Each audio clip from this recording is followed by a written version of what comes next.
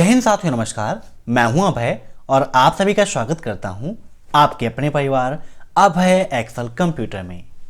दोस्तों, आज से हम ओ लेवल की क्लासेस स्टार्ट कर रहे हैं, जहां पर ओ लेवल के पहले मॉड्यूल M1 R5 का पूरा सिलेबस हम कंप्लीट करने वाले हैं और ओ लेवल की यह क्लास हर शाम को 8 बजे होगी।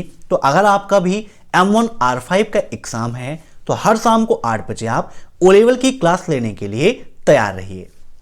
दोस्तों, प्रीवियस क्लास में मैंने आपको ओ लेवल M1 R5 का पूरा सिलेबस समझाया था कि आखिर आपको पढ़ना क्या क्या है और कौन कौन से पॉइंट्स आपको तैयार करने हैं। यहां पर देखिए, मैंने आपके सामने सिलेबस लिखा हुआ है। सबसे पहले बात आती है इंट्रोडक्शन की।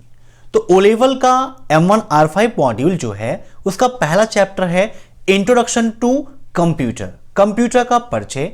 तो आज के इस वीडियो में मैं आपको बताऊंगा कंप्यूटर क्या है, कंप्यूटर की शुरुआत कहां से होती है, मेजर कंपोनेंट्स ऑफ कंप्यूटर, साथ ही साथ कंप्यूटर के अंदर ऐसा कौन सा गुण होता है जिसके कारण वह लगातार कार्य करता रहता है, कभी थकता नहीं है, कभी ऊबता नहीं है। कंप्यूटर एक साथ कई सारे कार्यों को करता रहता है, कंप्यूटर से कभी गलती नहीं हो सकती है।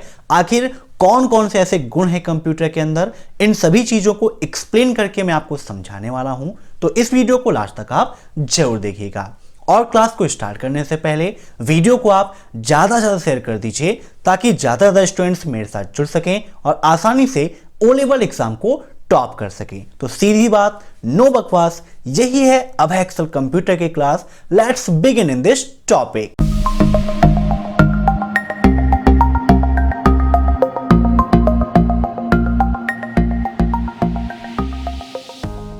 कंप्यूटर क्या होता है और कैसे कार्य करता है, पहले आप ये जान लीजिए। दोस्तों, कंप्यूटर क्या है? आपका एक इलेक्ट्रॉनिक डिवाइस है जो यूजर द्वारा, यूजर कौन है? जो यूज करता है, मींस हम लोग। तो कंप्यूटर हमारे द्वारा दी गई डाटा या सूचना पर प्रोसेसिंग करके हमें परिणाम देता है।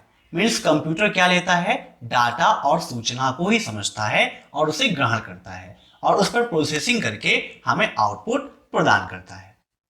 कंप्यूटर से संबंधित एक प्रश्न आपके एग्जाम में आता है कि कंप्यूटर शब्द किस भाषा से लिया गया है? तो कंप्यूटर आपका लैटिन भाषा से लिया गया है। अब यहां पर कुछ पॉइंट्स देख लेते हैं। कंप्यूटर को हिंदी में हम संगणक कहते हैं और ये लैटिन भाषा से मिला है जिसका अर्थ होता है गणना करना।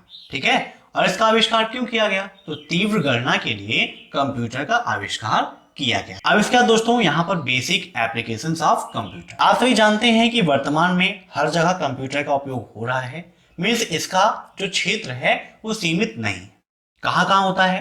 संचार के क्षेत्र में, बैंकिंग, चिकित्सा, वैज्ञानिक अनुसंधान, मनोरंजन, सभी जगह कंप्यूटर का आज उपयोग हो रहा है। कंप्यूटर के बिना दुनिया पूरी अधूरी है।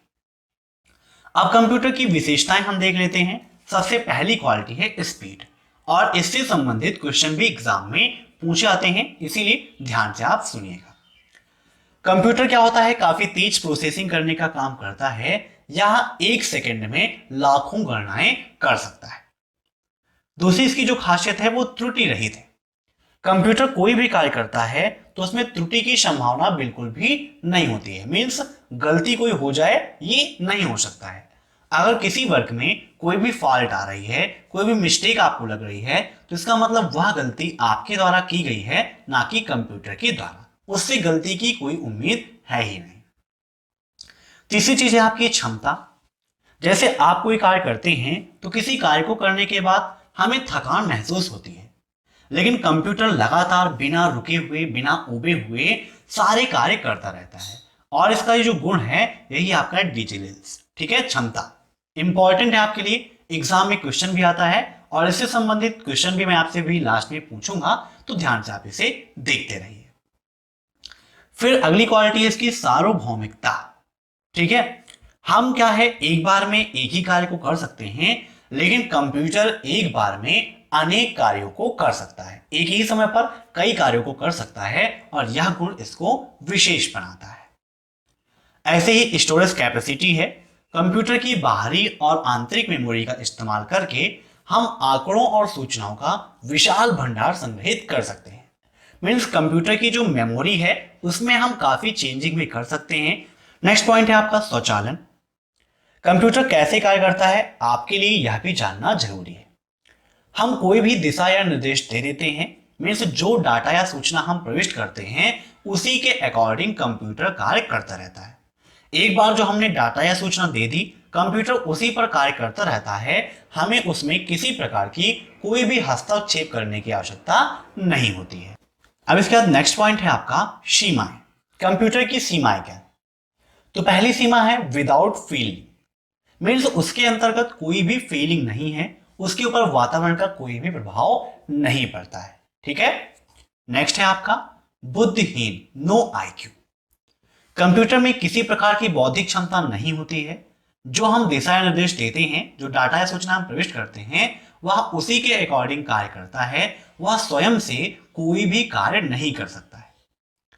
लेकिन वर्तमान समय में आपने बहुत सारे मोबाइल फोन्स देखे होंगे, उसमें कैमरे देखे होंगे कि कहीं पर लाइट ऑन है, मीन्स लाइट है तो ऑटोमेटिक फ्लैश ऑफ हो जाता है, और कहीं पर अंधेरा है तो वहां पर ऑटोमेटिक फ्लैश ऑन हो जाता है। मीन्स वहां पर उसका आईक्यू लेवल कार्य कर रहा है। तो यह चीजें आपकी संभव हो रही हैं आर्टिफिशियल इंटेलिजेंस से, जिसके अंतर्गत मशीनों को बुद्धिमान बनाने का कार्य चल रहा है। आर्टिफिशियल इंटेलिजेंस का शॉर्ट फॉर्म क्या होता है? एआई। कभी कभी एग्जाम में एआई का फुल फॉर्म पूछा जाता है, तो क्या होता है? आर्टिफिशियल इंटेलिजेंस, जिसका हिंदी में अर्थ होता है कृत्रिम बुद्धिमत्ता। ठीक है। जिसके अंतर्गत क्या कार्य होता है? मशीनों को बुद्धिमान बनाने का कार्य चल रहा है। जैसे आप एक सिंपल सा एग्जांपल ले सकते हैं गूगल असिस्टेंट का, जिसमें आप आसानी से सारी बातचीत कर सकते हैं, या जो भी आपकी इच्छा है अगर आप उससे बात करना चाहते हैं या कोई भी चीज़ आपको सर्च करनी है तो गूगल असिस्टेंट की आप हेल्प ले सकते हैं। ठीक है। तो ये एआई के द्वारा ही संभव हुआ है। तो कुछ समय बाद ये जो चीज़ है बुद्धिहीन वाली, ये इसकी सीमाओं से हट सकती है, लेकिन अभी ऐसा नहीं है। अब यहां पर हम देखते हैं मेजर कंपोनेंट्स ऑफ कंप्यूटर। देखिए, कंप्यूटर अगर हमें यूज करना है तो उसके लिए हमें इन तीन चीजों की बहुत ही ज्यादा आवश्यकता है। अब यहां पर आप ये ना कहिएगा कि सर इलेक्ट्रिक भी जरूरी है। ऐसे में तो सारी चीजें जरूरी हैं, लेकिन कंप्यूटर के जो मेन कंपोनेंट्स हैं वो है आपका central processing unit, input device और आउटपुट डिवाइस। कैसे कार्य करता है थोड़ा आप ये भी जान लीजिए। देखिए, इनपुट डिवाइस के द्वारा हम डाटा या सूचना प्रविष्ट करते हैं तो वह जाता है हमारे सीपीयू में। अब सीपीयू में तीन पार्ट हैं, एएलयू, सीयू और एमयू। सभी के अलग अलग कार्य होते हैं। क्या कार्य होते हैं अभी मैं आपको एक्सप्लेन करके समझाऊंगा। सीपीयू क्या करता है? हमारे द्वारा दी गई डाटा या सूचना पर प्रोसेसिंग करता है, और प्रोसेसिंग करने के बाद वह आउटपुट डिवाइस को सेंड कर देता है, और आउटपुट डिवाइस के द्वारा हमें वह परिणाम मिल जाता है। तो इस प्रकार से ये कार्य करता है। तो मैंने एक ब्लॉक डायग्राम बनाकर आपको इसे समझाने का प्रयास किया है। अब आगे देखते हैं पॉइंट्स सीपीयू के बारे में। सीपीयू को कंप्यूटर का दिमाग कहा जाता है, ब्रेन ऑफ कंप्यूटर, साथ ही साथ हार्ट ऑफ कंप्यूटर भी कहा जाता है। आपके एग्जाम में क्वेश्चन भी पूछा जाता है कि हार्ट ऑफ कंप्यूटर किसे कहते हैं। ठीक है। तो सीपीयू को ही हम कंप्यूटर का दिमाग और दिल दोनों कहते हैं। सीपीयू के काम क्या होते हैं? तो मेन इसका काम है प्रोसेसिंग करना। जो भी डाटा हमने प्रविष्ट किया है उस पर प्रोसेसिंग का काम करना। दूसरा कार्य है जो भी हम हार्डवेयर या सॉफ्टवेयर यूज कर रहे हैं उन दोनों के बीच सामंजस्य को बैठाना। अगर दोनों के मध्य में सामंजस्य नहीं होगा तो सही से कार्य नहीं हो सकता है। इसके अलावा कंप्यूटर में जो भी कार्य हो रहे हैं उन सभी कार्यों को नियंत्रित करना, निर्देशित करना और समन्वित करना यह सीपीयू का कार्य होता है। जैसे आप एमएस वर्ड यूज कर रहे हैं या लिब्रे ऑफिस यूज कर रहे हैं तो वहां पर कंट्रोल+A करते हैं तो सेलेक्ट ही होता है, मीन्स पूरा एक बार में सेलेक्ट हो जाता है। क्यों होता है? कुछ और कार्य क्यों नहीं होता है? क्या आपने कभी सोचा है? तो उसका रीजन है सीपीयू। ठीक है। सीपीयू सभी चीजों को कंट्रोल करता है, जिसका जो कार्य है उसी से वो करवाता है, अन्य कोई उस कार्य को नहीं कर सकता है। ठीक है। Means control, supervise and coordinate, ये तीनों क्वालिटी होती हैं सीपीयू की। आप इसे नोट कर लीजिएगा।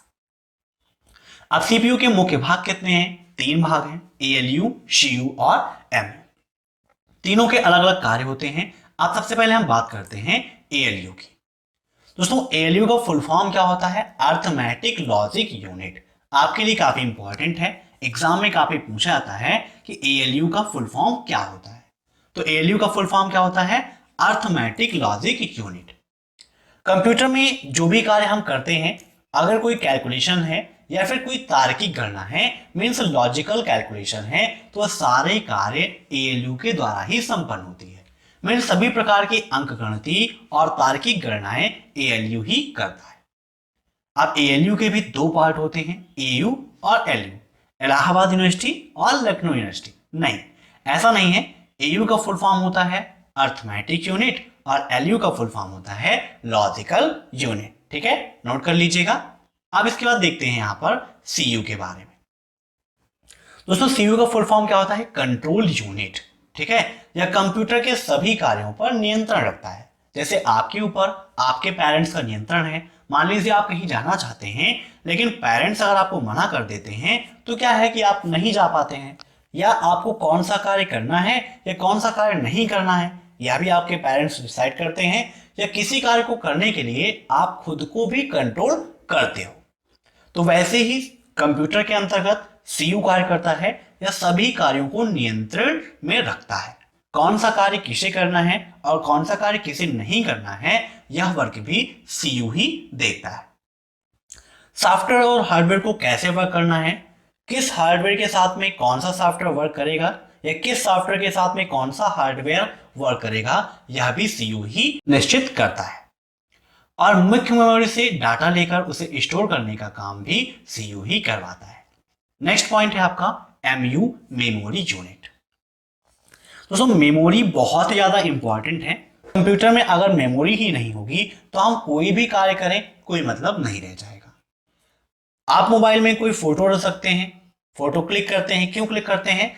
वैसे ही कंप्यूटर में भी मेमोरी होती है। जो भी प्रोसेसिंग के द्वारा हमें अंतरिम परिणाम मिलता है उसको स्टोर करने का काम करता है MU।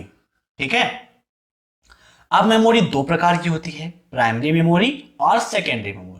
जैसे आप किसी को देखते हैं कभी और भविष्य में जब दोबारा देखते हैं तो आपके मन में ये बात आती है कि यार मैंने इसको कहीं देखा है। वैसे ही कंप्यूटर के अंतर्गत भी होती हैं दो प्रकार की मेमोरी, प्राइमरी और सेकेंडरी, जिनके बारे में हम आगे के पार्ट्स में क्लियर करके आपको समझाएंगे। पर डे मैं थोड़ा थोड़ा करके आपको अलग अलग पार्ट में हर एक टॉपिक्स क्लियर कराऊंगा ताकि आप बोर भी ना हो और आसानी से आपको तैयार हो जाए। अब यहां पर इनपुट डिवाइस दिया गया है। इनपुट डिवाइस क्या होता है, और एग्जाम में आपसे पूछा भी जाता है, दो तीन इनपुट डिवाइस दे दी जाती हैं और पूछा जाता है इनमें से कौन सी इनपुट डिवाइस नहीं है। इसीलिए जो इनपुट डिवाइस अभी मैं आपको बताऊंगा इनको आप जरूर नोट करिएगा। दोस्तों इनपुट का मतलब जो डाटा या सूचना हम कंप्यूटर में प्रविष्ट करते हैं उसे हम कहते हैं इनपुट। ध्यान से समझिएगा, जो डाटा या सूचना कंप्यूटर में प्रविष्ट की जाती है उसे इनपुट कहा जाता है, और जिन डिवाइस के माध्यम से की जाती है उसे इनपुट डिवाइस कहते हैं। ठीक है, तो सिंपल भाषा में देखें तो एक ऐसी युक्ति जिसके द्वारा डाटा व अनुदेशों को कंप्यूटर में प्रविष्ट किया जाता है इनपुट डिवाइस कहते हैं।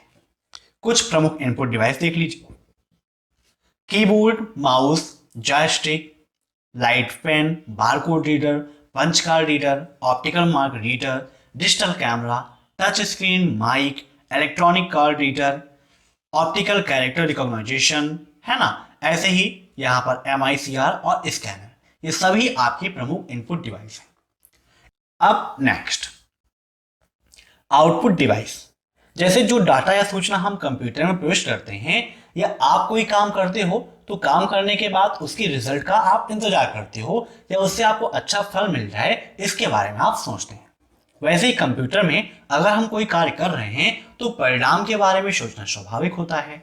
तो जो प्रोसेसिंग के बाद हमें परिणाम मिलता है वह कहलाता है आउटपुट। ठीक है, जो भी डाटा या सूचना हमने प्रविष्ट किया है उस पर प्रोसेसिंग के बाद जो हमें परिणाम मिलता है उसे हम कहते हैं आउटपुट, और जिसके द्वारा हमें वह परिणाम मिलता है वह कहलाता है आउटपुट डिवाइस। साधारण भाषा में मैंने लिखा है वह युक्ति जिसके द्वारा प्रोसेसिंग से प्राप्त डाटा या परिणाम को देखा जा सकता है उसे हम आउटपुट डिवाइस कहते हैं। जैसे monitor, printer, plotter, speaker, headphone, screen projector. इन सभी पॉइंट्स को मैं आपके साथ डिस्कस करूंगा जब मैं आपको इनपुट डिवाइस और आउटपुट डिवाइस के बारे में पढ़ाऊंगा। क्योंकि इनसे बहुत सारे क्वेश्चंस आते हैं। मॉनिटर कितने प्रकार के होते हैं, मॉनिटर कितने रंग प्रदर्शित कर सकता है, प्रिंटर कितने प्रकार के होते हैं, प्रिंटर की रेजोल्यूशन किस में मापी जाती है, प्लाटर कितने प्रकार के होते हैं, बहुत सारे क्वेश्चंस आपके एग्जाम में पूछे जाते हैं। तो इन सभी क्वेश्चंस को मैं आपको बताऊंगा आगे की क्लासेस में। अब यहाँ पर आउटपुट डिवाइस दो प्रकार के होते हैं, ठीक है। एक होता है आपका सॉफ्ट कॉपी आउटपुट और दूसरा होता है hard copy output. Soft copy output क्या है कि ऐसा परिणाम मिल जाए आपको जिसमें आप आसानी से चेंजिंग कर सकते हो। जैसे आपके सामने अभी स्क्रीन दिख रही है, मुझे यहां से कुछ डिलीट करना है तो यहां से मैंने इसे सेलेक्ट किया और यहां से डिलीट कर दिया, आसानी से डिलीट हो गया, है ना। फिर से लिखना है, इसमें हमने लिख भी दिया, कोई दिक्कत नहीं है। लेकिन अगर कोई परिणाम आपको एक कागज पर मिल जाता है तो क्या आप उसमें आसानी से चेंजिंग कर सकते हो? नहीं कर सकते हो। देखिए यहां पर मैंने इसे डिलीट किया और यहां पर मैंने लिखा तो कोई भी अंतर नहीं हुआ। मीन्स ऐसा कोई भी नहीं कह सकता है कि यहां पर कुछ और था और मैंने कुछ और लिखा है। लेकिन अगर आप कॉपी में जो भी प्रिंट आपको मिला है पेज में उसमें कोई चेंजिंग करोगे तो वह चला ही देता है। मीन्स वह तो क्या हो गई, है ना। कह दो कि सर मुझे प्रिंट मिला, मैंने उसमें कट करके चेंज कर दिया, तो उसे हम नहीं कहते हैं। मीन्स जिसमें चेंजिंग करना आसान नहीं है वह है हार्ड कॉपी, और जिसमें आसानी से चेंजिंग कर सकते हैं वह होता है सॉफ्ट कॉपी। अब कुछ क्वेश्चंस यहां पर आपके लिए हैं जिनका आपको कमेंट बॉक्स में आंसर देना है, तो इन क्वेश्चंस को आप नोट भी करिएगा, ये आपके एग्जाम के लिए काफी इंपॉर्टेंट है। पहला क्वेश्चन है, कंप्यूटर किस गुण के कारण बिना थके हुए कार्य कर सकता है, बताइए। और दूसरा क्वेश्चन है आपके लिए, हार्ट ऑफ कंप्यूटर। ये तो काफी सिंपल है कि कंप्यूटर का हृदय किसे कहा जाता है, और बहुत सारे लोग आंसर दे रहे हैं और बहुत सारे लोगों का सही आंसर भी है, ठीक है। तो आज की क्लास में बस इतना ही। जो आपकी नेक्स्ट क्लास होगी वहां पर हम जानेंगे हिस्ट्री ऑफ कंप्यूटर। कंप्यूटर का इतिहास क्या है, अबेकस का आविष्कार कैसे हुआ, कब हुआ, नेपियर बॉन्ड्स क्या होता है, माइक्रो प्रोसेसर के बारे में, एनिएक के बारे में, यूडीवैक के बारे में। कंप्यूटर का इतिहास आपके लिए काफी इंपॉर्टेंट है क्योंकि हिस्ट्री से काफी सारे क्वेश्चंस ओ लेवल एग्जाम में पूछे जाते हैं। तो कल शाम को 8 बजे आप तैयार रहिए ओ लेवल की M1R5 के अंतर्गत कंप्यूटर का इतिहास जानने के लिए। तो मैं आशा करता हूं कि आपको यह क्लास पसंद आई होगी। अगर आपको यह क्लास पसंद आई हो तो आप वीडियो को लाइक जरूर करिएगा, साथ ही साथ कमेंट बॉक्स में अपना प्यारा सा सुझाव जरूर दीजिएगा ताकि हम आपके लिए और भी बेहतर कर सकें और आसानी से आप सभी लोग स्टडी कर सकें। सभी क्लासेस आपके लिए इंपॉर्टेंट हैं और इसकी PDF आपको टेलीग्राम चैनल पर मिलती रहेगी, तो टेलीग्राम चैनल को भी आप जरूर ज्वाइन करिए। Thanks for watching my video. फिर मिलते हैं नेक्स्ट क्लास में कल शाम को 8 बजे। तब तक के लिए बाय बाय।